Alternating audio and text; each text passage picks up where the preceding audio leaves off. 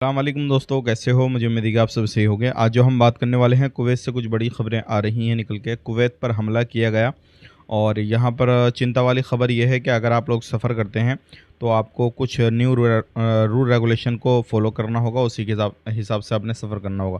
पूरी जानकारी मिलेगी। चैनल को आप पहली बार देख रहे हैं, सब्सक्राइब करें, जितना हो सके वीडियो को शेयर कर दें।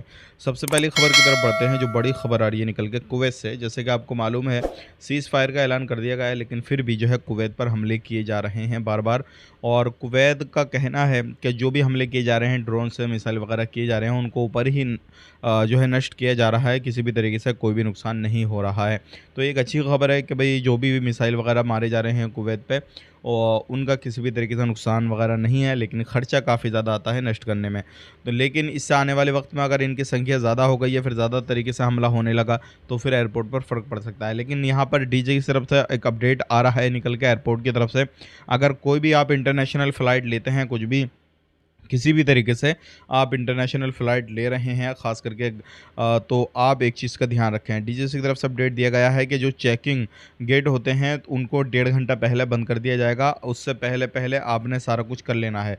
तो अगर आप सफ़र करने वाले हैं तो आप कम से कम 3.5 या 4 घंटे पहले जाएँ, ताकि आपको कोई भी परेशानी, कोई भी प्रॉब्लम ना हो। अगर आप लास्ट टाइम पे पहुँचते हैं, आपका चेकिंग वगैरह नहीं होता है, तो फिर हो सकता है आपकी फ़्लाइट डिले हो जाए, फ़्लाइट निकल जाए, या फिर आपका जो है टिकट जो आपने किया है वो आपका ख़त्म हो जाए। इस चीज़ का ध्यान रखिएगा। आप कितनी रिक्वेस्ट करें, अगर एंड टाइम पे जाएँगे तो आपको नहीं लिया जाएगा। इस चीज़ का ध्यान रखिएगा। तो जो रूल रेगुलेशन है, डीजे की तरफ से अपडेट दिया गया है और ये रूल जो है वो 1 जून से लागू कर दिया गया है। तो इस चीज़ का आपने फ़ॉलो करना ज़रूरी है। अगर आप गल्फ़ कंट्रियों में जाना चाहते हैं तो 1 घंटा पहले, इंटरनेशनल आप सफ़र करना चाहते हैं तो 1.5 घंटा पहले, इस तरीके से पूरा शेड्यूल दिया गया है।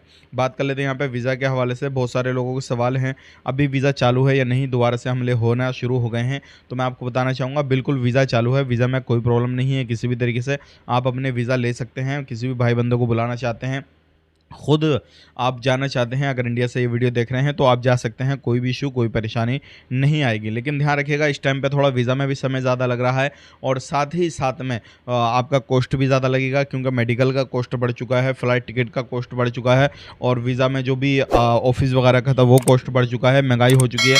तो इस हिसाब से आपका पेमेंट कुछ ज़्यादा लगने वाला है। इस चीज़ का ध्यान रखिएगा। वीडियो देखने के लिए बहुत-बहुत शुक्रिया। आज के लिए इतना ही। चैनल को सब्सक्राइब करें।